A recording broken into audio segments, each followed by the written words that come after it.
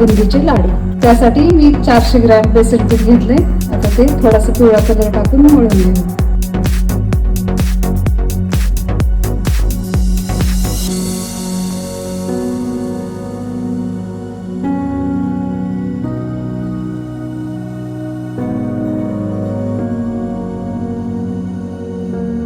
पाकासाठी आपण बेसन पीठ जेवढं आहे तेवढंच 400 ग्रॅम बेसन पीठ तर 400 ग्रॅम साखर घेतली आहे. आपला तयार झालाय. थोडासा कच्चा पाक ठेवलाय म्हणजे बुंदीत तो मुरतो आणि लाडू बांधताना आपल्या हाताला भाजत नाही.